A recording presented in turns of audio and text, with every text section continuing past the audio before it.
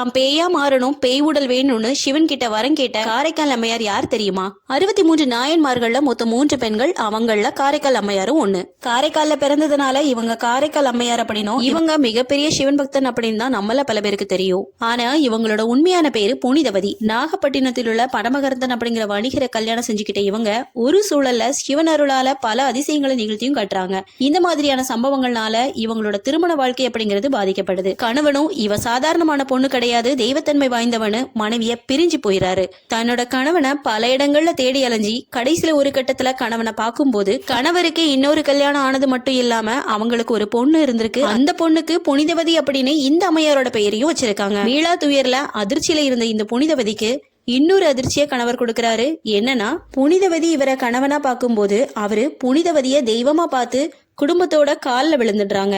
இனிமே விவாதிச்சு பிரோஜனம் இல்ல. அது மட்டும் இல்ல, தன்னோட உடலாலும் அழகாலும் இனி எந்த பயனும் இல்லைன்னு நினைச்ச புனிதவதி சிவன் கிட்ட பேயா மாறணும், பேய் உடல் வேணும்னு வரம் கேக்குறாங்க. சிவனும் வரம் கொடுத்துடுறாரு.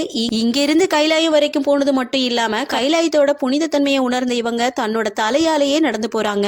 இவங்களோட பக்தியை உணர்ந்த சிவனும் அம்மானு கூப்பிடுறாரு. அவங்கதான் இந்த காரைக்கால் அம்மையார். இத பத்தி நீங்க என்ன நினைக்கிறீங்கன்னு மறக்காம கமெண்ட்ஸ்ல சொல்லுங்க. தேங்க்ஸ் ஃபார் வாட்சிங்.